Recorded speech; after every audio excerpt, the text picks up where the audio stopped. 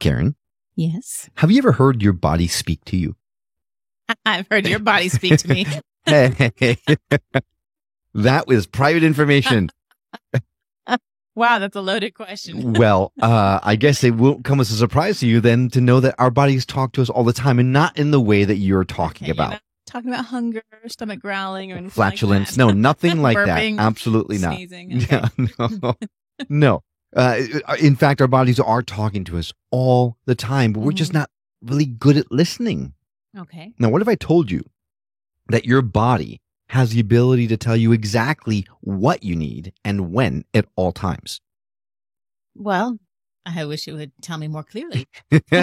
And what if just by listening to your body, you could remove obstacles and even heal yourself of some of the most nefarious diseases out there? That would be incredible. Well, you're in luck because today we're speaking with someone that's here to show us just how to do that. If you've tried everything else and you're ready to be the creative director of your own life, you're in the right place. Welcome to the Skeptic Metaphysicians.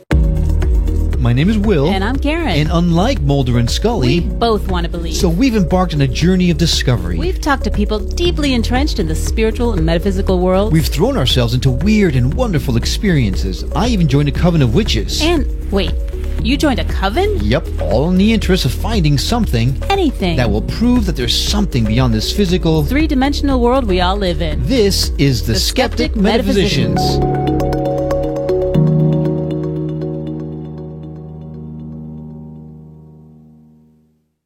Now, today's special guest has over 30 years working as a healer and almost 20 years of teaching experience. So you know that's a great combination. That she's combined several different healing modalities to help spiritual people identify and remove blocks that are holding them back from creating their healthiest, most successful selves. And it all starts with listening to the clues that our bodies are giving to us. Now, there's no way to really succinctly explain what she does and how it helps people. So I'm just going to let our guest explain herself. Welcome to the show, Jillian Schlager. Hello. Thanks for having me. Now, we are excited to have you. We should set the table really quickly, let everybody know you actually graciously gifted each of us a session of your healing technique. And we're going to talk about that a little bit later. But first and foremost, let's us understand what exactly did I talk about when I said that our bodies speak to us? You were talking about applied kinesiology or muscle testing. And What are those? yeah, can you go into a little bit more detail? So applied kinesiology was actually developed by a chiropractor in the 1960s. He noticed that when he was talking to his clients and talking about something positive or true, their muscles were strong. And when he was talking about something that was not true or they were fibbing about something, the answer was no to a question, their muscles went weak. And this is across the board. So our bodies will say yes to us all the time or no to us all the time. And there is a way to listen, and that way is muscle testing. Okay. So it's not like your body, a little voice in your body is saying, or no, it's actually you have to do something. You have to test your body by doing something that allows your body to speak to you through the language of the body, which is physicality. And Right. you're not talking about like getting butterflies in your stomach or something like that, or are you as well? That can be, I think butterflies in the stomach for us could actually be a no or a yes. A what? A no or a yes. Oh, a no or Oh. yes. Yes, I thought you said a norious. I was like, ooh, that's a new term. I haven't heard of it before. The same thing. I'm like, who is that? Okay. So then you physically have to ask your body, does this taste like chocolate? And it'll tell you no, if you're eating vanilla. But you're not talking such minute things. You're talking about like, is this good for me or not? That kind of thing, right? Right. Yes. We want to be the conscious creator of our lives. And in so doing, we want to be able to know which path is the best one to go down to get us to our destination in mind. So how is it that your body knows these things? Like if you're thinking about it and logically, but your body's telling you no and you're thinking yes, like how does your body know better than what your brain knows? Excellent question, Karen. Really good question. Our brain is usually aligned and agreeing with stories, facts in quotation marks from other people. So we think that we should grow up and be a police officer like our mom or dad, or be a doctor. But really our soul's mission is to be a chiropractor or a librarian or something different. Okay. And so then like your body, it's like its own, your physical body is its own kind of consciousness that sometimes doesn't communicate with your brain consciousness. Yeah. Our brain is like a computer. And what Dr. Joe Dispenza says all the time is our body is our subconscious mind. Okay. I get that. That makes sense. But sometimes it's just so hard to trust your subconscious mind or your body. You know, like if you're not doing like the muscle testing that you're talking about, how would you know? I guess you wouldn't know. I guess that's why we're all screwed up. That's why we're here, right? To talk about that, because people you can't always trust your intuition because it's your brain speaking. It's your ego. It's your mask that you're wearing. Your body, however, there's more than just your subconscious. Your body is your physical reality. Right. So when people say trust your gut, and really trust your body, right. Makes sense. And getting back to the butterflies, if we're trusting our gut, oftentimes if you're on stage or you're about to go on stage to give a speech or to, do a podcast or do something where you're maybe a little nervous and you get those butterflies in your stomach and somebody says to you, don't be afraid. They're assuming that that physiological reaction is fear, but maybe it's excitement. How do you tell? Mm-hmm. By muscle testing. You can tell by muscle testing. Yeah. So how does the muscle testing process work? I know you met with Will first and you kind of went through a session with him. His experience was a little different than mine. So let's talk about his first. How did that? That's what's beautiful about this because it's different with everybody. And we had a conversation before hitting record and you said, how much can we share? And I want to share everything about as much as you guys want to share. Right. I don't know. Everything is a little much. Wait a minute. Let's talk about it. Well, no, she's just a flat out like, I want to share everything. Well, let's keep some things private because not with our session. Our session, everything that we talked about is perfectly fine. In fact, by the time people listen to this, if you haven't listened to a previous episode and talked about the cancer that I was fighting, this might be the time that you find out. In fact, in order to touch on that, we should mention the fact that you are a cancer survivor as well. And through a course of several different things that happened, it brought you to learning this modality, right? Yes, absolutely. So then when you and I spoke about my immediate problem, which was prostate cancer, one of the things that really stood out to me was the fact that you said, when you remove the energy from something, it can't survive. So essentially what we did was we removed the energies around that thought process, and therefore that wasn't able to exist.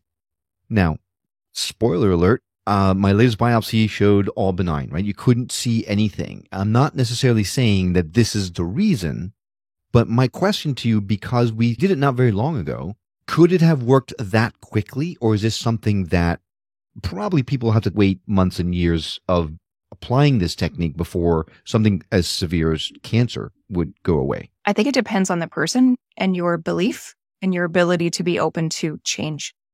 I had cancer in the past. I also had something called hidradenitis, which is cancer's nasty, but this is nasty as on a totally different level. It's where the tissue of the skin or tissue underneath the skin starts to eat itself. It's almost a flesh-eating disease. And no one really knows what it is or why it occurs. And I had it on and off for years. And I finally just got really sick of no answers. So I just tried to pull the energy out of it. And within a very short amount of time, it went away. It dissolved and it did not come back. And this is something you had for years. Years. Yeah. Yeah. And that's one of the interesting things I found about your modality is that it's really about visualizing, but with an emotional connection to it. You look at something that you're emotionally connected. There's an energy behind it. And then you physically, through visualization, physically kind of bring it down to, I mean, the way we talked about it was like a dial, like from 1 to 10. And you just take that dial, if you're feeling a 10, just drag it down to a 1. And then you see, is it still there? Is it gone? How do you feel? Is the anxiety still there? What number is it at? And it's really, you learn to intuitively listen to your body without having to actually do the muscle test. And we'll go over the little trick that you gave us to do the muscle test in a minute. But what I can tell you is that there was a situation that the energy behind what happened at 3 years ago or whatever, when I was diagnosed, that was high energy, high anxiety. Mm-hmm. And when I physically used that dial to bring it down, it was a little stubborn. It came back to probably like a 8 or 9. And it hopped back up to a 5, forced it back down to a 0. And eventually it seemed like it was right around there, like 1, 2, 3 area, which was great. But then the added benefit, if nothing else, is that suddenly that anxiety, that emotion, those emotions I had in me were a lot less than it was when we first started.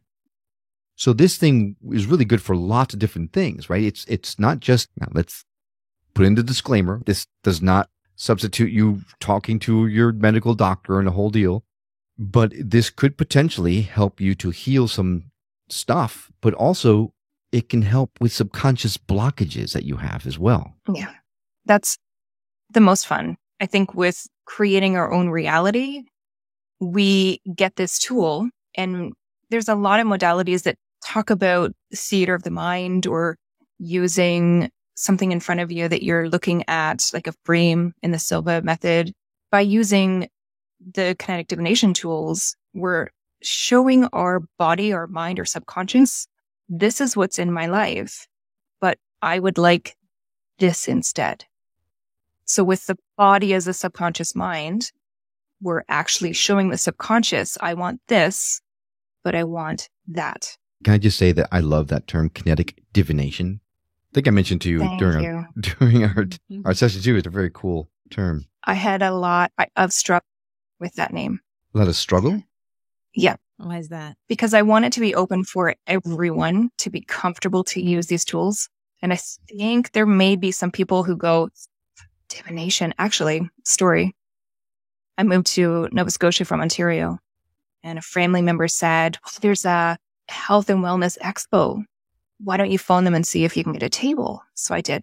And they said, well, we'll check you out. And that's fine. So I gave them my website and they went to it and they said, ooh, yeah, you're not a good match. They didn't let me in because of the word divination. Oh, you're kidding. Really? Yeah. I love the name too. So I'm glad to hear that you like it as well. But I did struggle with keeping that name. Yeah, I guess for those that aren't in this space that we're in right now, the term divination does have a carnival type of imagery behind it, right? The gypsy with the crystal ball for telling your future. And unfortunately, there's a lot of charlatans out there that practice this kind of term around. But I guess that's the challenge. Though we are talking about this from a metaphysical, spiritual point of view, and this does help tremendously in that sense. When you take out all of the woo, at the end of the day, this is really a great psychological tool to help you to remove blocks and able to, let's back to the metaphysical, manifest your own reality in the way that you want it to. Well, I think one of the greatest things about it is that it's hands-on. It feels like you are back in the driver's seat with your body, with your subconscious, with your choices. It gives you a tool that you can actually physically interact with. And I like there are a few different tools that you have, because my session was a little bit different than Will's. I think Will, I don't know if it's about being receptive. I think I just have like a stubborn ass subconscious, not letting anyone. It's a comfort level. Something, yeah. But it was so many of the questions she was asking me, is your subconscious willing to? And it was like, nope. I'm like, really? I said that? Yeah, I could see that. It's kind of bitchy. like, this is good for you. Shut up. Say yes. All right. Yeah. So I guess we probably have to touch on your session then, Karen, because Well, let's start with yours. Well- because there, just so we can get the contrast. have we not been speaking about mine all this time? Well, really? I mean, no. Okay. So the way that it worked for us is we had a conversation ahead of time. We talked about different challenges, and she has this really cool canvas that she would put down keywords and to help us to understand what it is that we're battling, truly at the heart of it. Not, well, I can't sleep well at night, right? So what's hidden behind it? And we dove deeper into each one of those things until we found what we felt was the crux of the situation. And then we used a meditation, a very brief meditation. We used the Silva method. Mm-hmm. For those of you who are not familiar with the Silva method, it is a really old, my parents were doing it when I was 5, 6, 7 years old. And they taught me some of the tenets from it. So it was kind of an old friend to go back to, something I haven't thought about in a long time.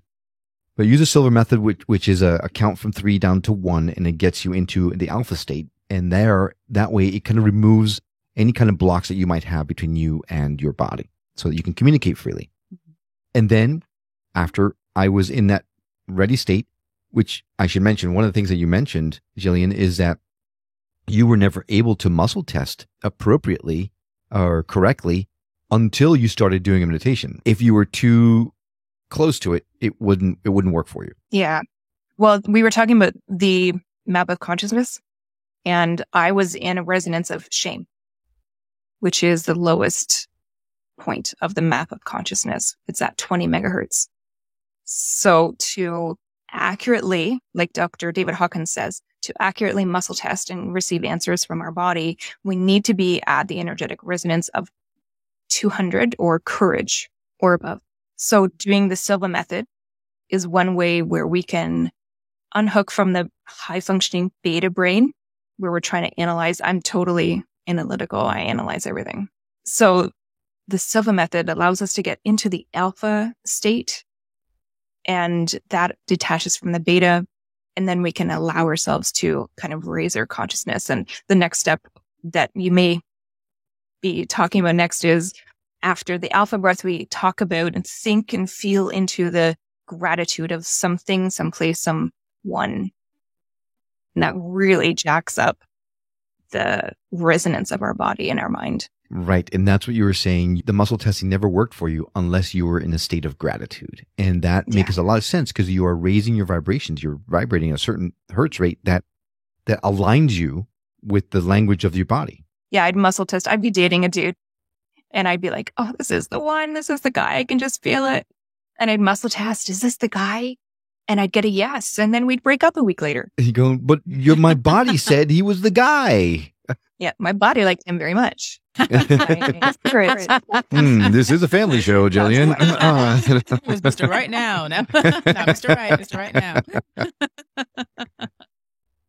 We can actually use that. I work with my clients sometimes to see where, muscle test the body, to see where you're actually attracting love or relationships or friendships or that job or that client or that money into your life. And we should really be attracting from our heart. And oftentimes we're not. We're attracting people from different areas for different reasons. At which point then she had me, and I don't want to give it away just yet, but she had me do the test and I could ascertain a yes from my body from a no. And based on that, we narrowed it down even further. Now, we need to take a break. So when we come back, we're going to talk about exactly how you do muscle testing so that anyone listening to this right now could do it immediately with positive results. And we'll also talk about why Karen's maybe wasn't quite so positive. We will be right back.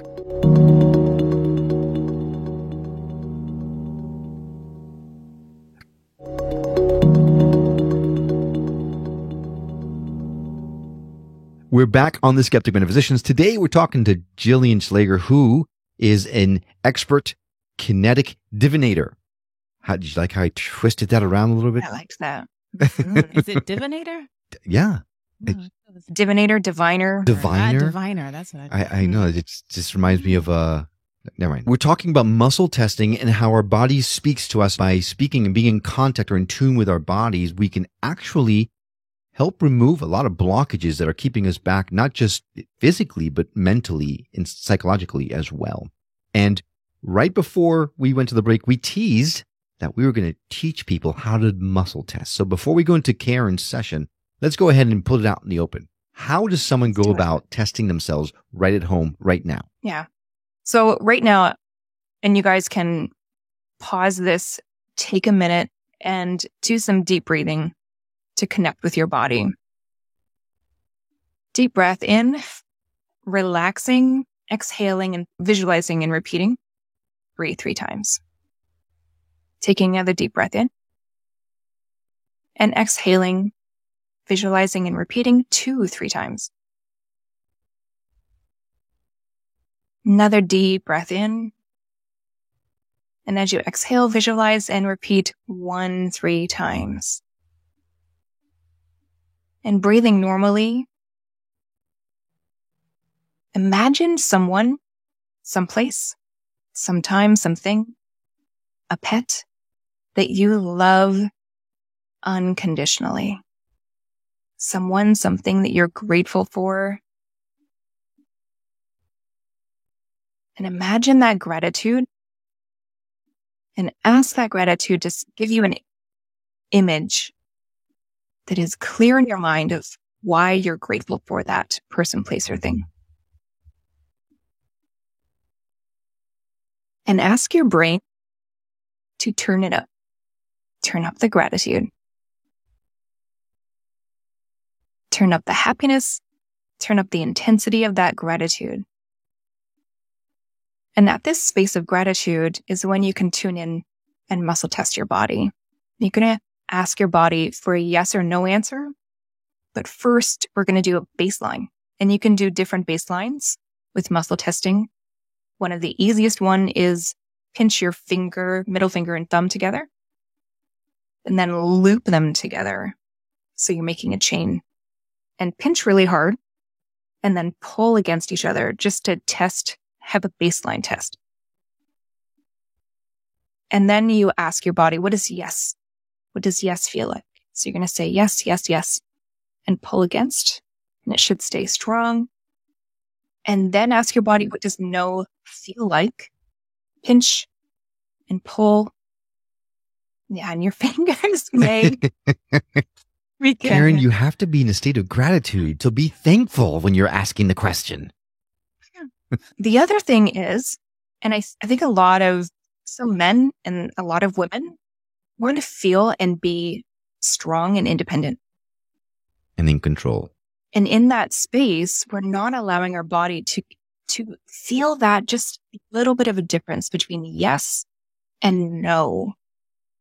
But the next one that I really love is just putting your dominant hand. So if you write with your right hand, put your right hand on your clavicle, your collarbone. Put your hand flat, your thumb, your fingers flat, but raise your index finger with your other hand, with your just testing the baseline, pushing down. And that finger is going to resist being pushed. And then ask again, what does yes feel like? And what does no feel like? You just want to, sometimes it's that little subtle difference between yes and no. And you connecting with your body, you're allowing your body to show you what yes feels like and what no feels like. Karen, did that one work for you? So this is the issue that we had during my session. And I don't know if it's something about my subconscious wanting to stay in control, but the thing that I loved so much about Jillian was that she did not give up on me. And we went through a few different tests, and somehow she got this information out of me that was nothing like what I thought we were originally going to talk about. Because we kind of talked about just need to feel like I can do things again, and I've become invisible, and I want to, be this person that I used to be. And now it's all about me, Will. Sorry. You opened the can of worms. No, I want it to be about you. So by the end of the session, we realized that really what my luggage or whatever is this really incredibly strong sense of emotional responsibility I have about my family. Like I feel like I hold all of their emotions because of me. They're holding it together, which obviously cannot be the case, but when she was asking, like my subconscious or my higher self, are you willing to let go of that? It was like, no, because I think feeling like if I let go, it's going to be bad for them. And I can't let that happen. It's also part of your identity. And it's become such a part of me. Well, I cry all the time, but this time it was like, it was incredible. And then we talked about the intentions, and that's something I'm still doing all the time. And thank you so much for that tool. I love that. But it was a great session. I mean, like I said, I was like, this isn't going to work. And then I felt bad because the stuff was working for me, but she never made me feel, she made me feel comfortable to say, yeah, it's not working, instead of, oh, I feel bad. Right. And then to keep pushing through and figuring out a way to really discover what was going on and to help me with that. Right. It's all feedback. And I suppose that if you were to do this in person with a kinesiologist, you put your arm out and they would push it down or not. And then really it's not up to you. It's to your body either allowing it or doesn't. So it's almost like a psychological mind trick that you're playing on yourself, that you're not allowing yourself to really feel the difference because it's you yourself. Right? So I understand. Yeah, I have a really fun story. I'm writing a book for Hay House. It's called Dancing with Shadows. Congratulations. That's awesome. Yes. Thank you.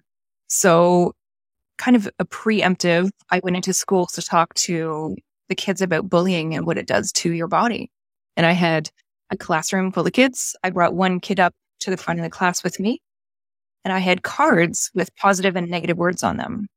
So the one kid faced away from the class, and I showed this card to the class of the other kids. They read the word. They did not say it. If the word was positive, and all the class was thinking the positive word and projecting it, thinking it written on the kid's back. If it was positive, the kid tested strong. If the word was negative, the kid tested weak. And the kid never saw the word. Wow. Interesting. That's incredible. Yeah. Yeah. Just goes to show you that there's a physical response that you don't have to have belief. It's there or it's not. I think when your brain comes into it, that's when things become a little bit more challenging for you. Yeah.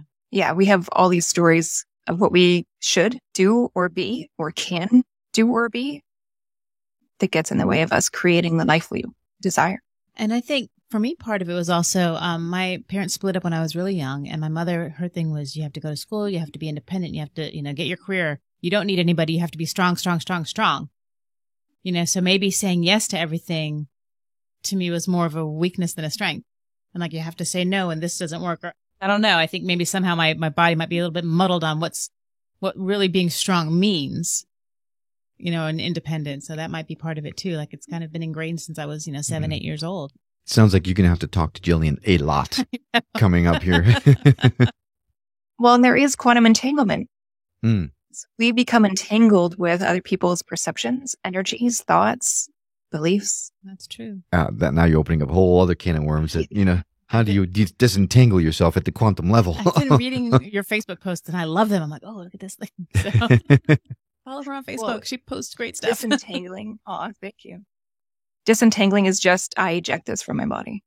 Yeah. And you bring up that term that I wanted to bring up because it was so cool. We both agreed that when you used it with us, we both just lit up, right? When we had, one of the things we talked about is empathy and taking other people's energies or other things' energies into us that doesn't really belong there. Mm-hmm. And you said very simply, just when you're doing these types of exercises, it's a very simple phrase to tell yourself, and that is, I eject all outside energy.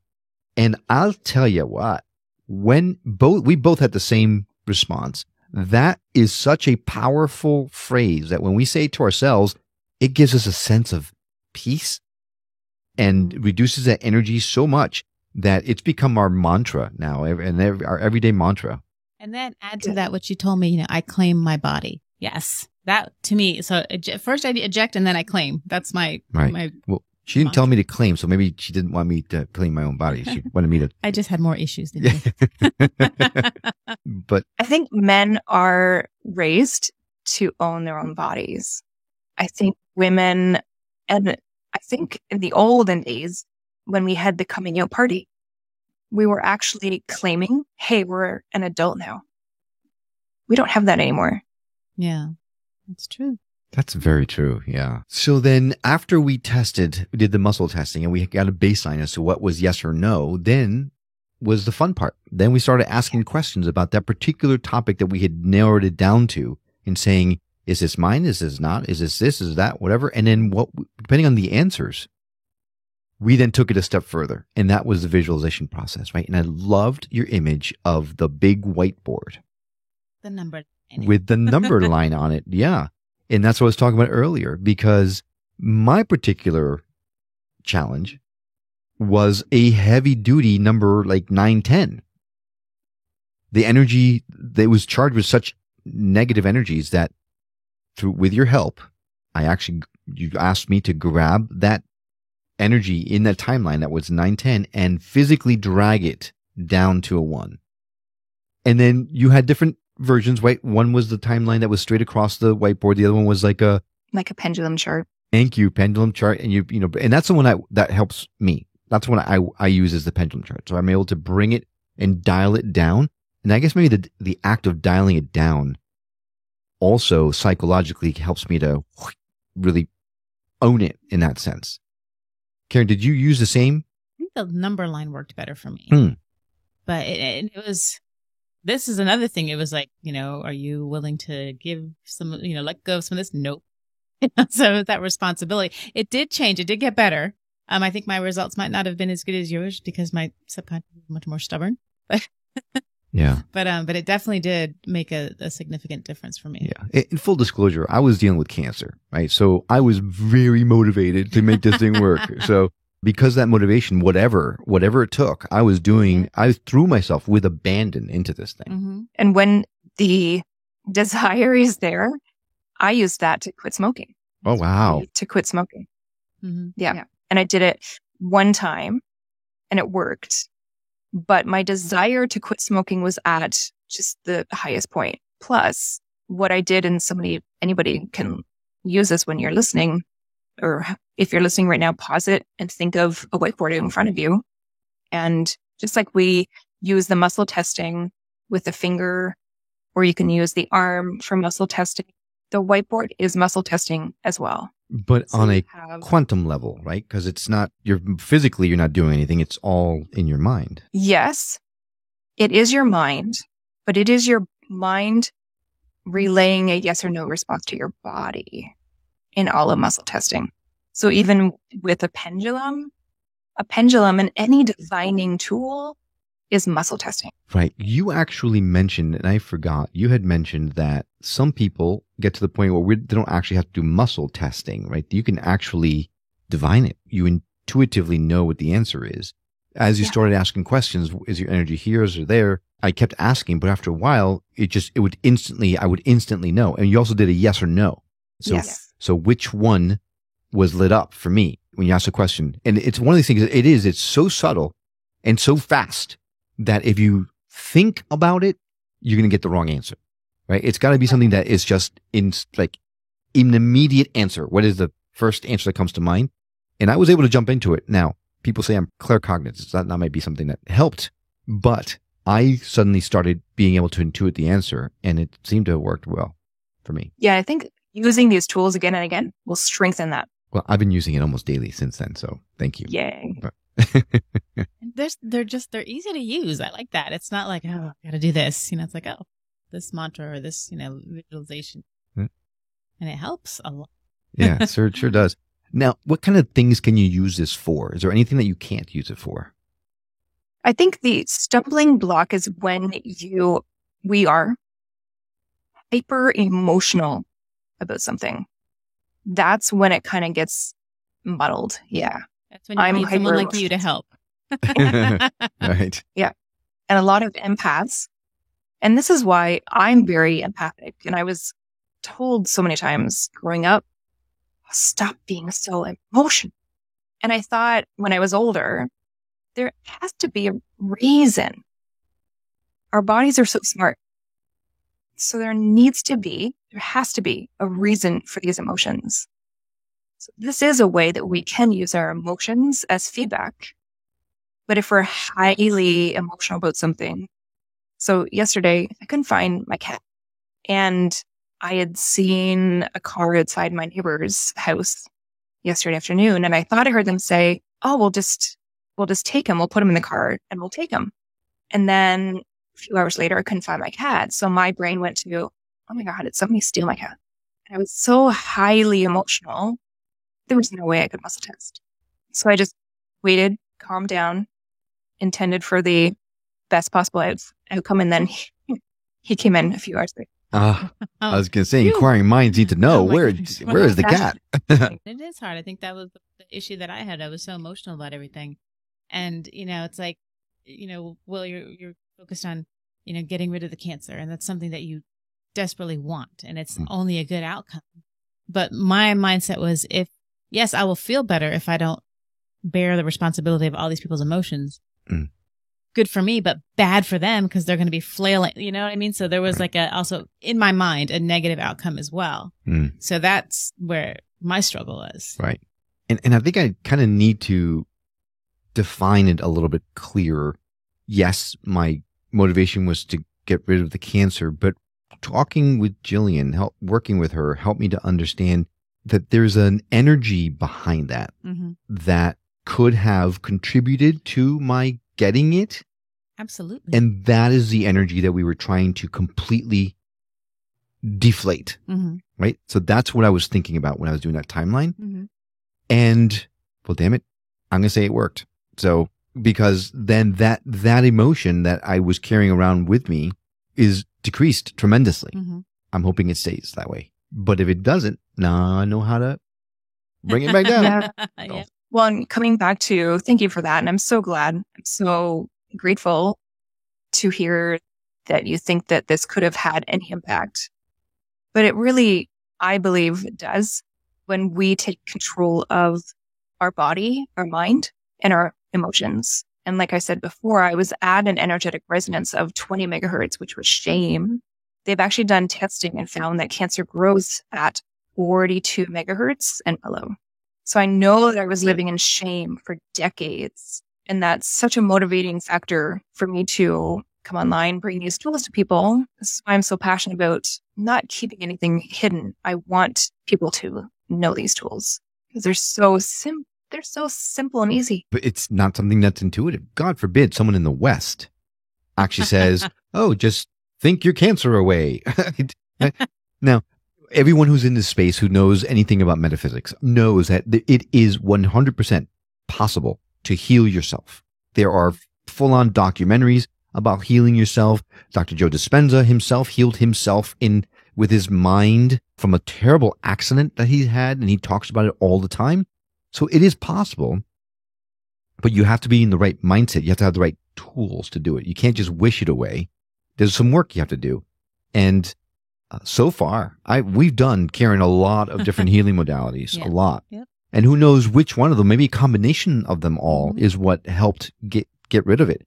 But these tools, Jillian, that you shared with us are so simple and yet seemingly so powerful, because the minute I walked out of this room after our session, I felt lighter than when I had walked into it. So whether it is a placebo effect or not, I loved it. And I can't advocate enough for people to reach out to you to do this for themselves, because it's nice to hear about it on the show. And sure, you could practice it yourself while you're listening to this or watching this, but please don't do it while you're driving a car. But there's no substitute to actually being in contact with Jillian and having her walk you through it. She's infinitely patient.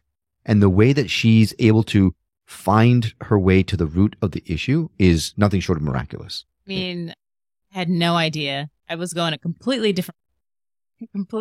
Yeah. Well, a lot of the times our worst problems are so hidden from us because we're too close to it. So this really helped to reveal a lot of things that I didn't realize that I was still carrying around with me. Yeah, absolutely.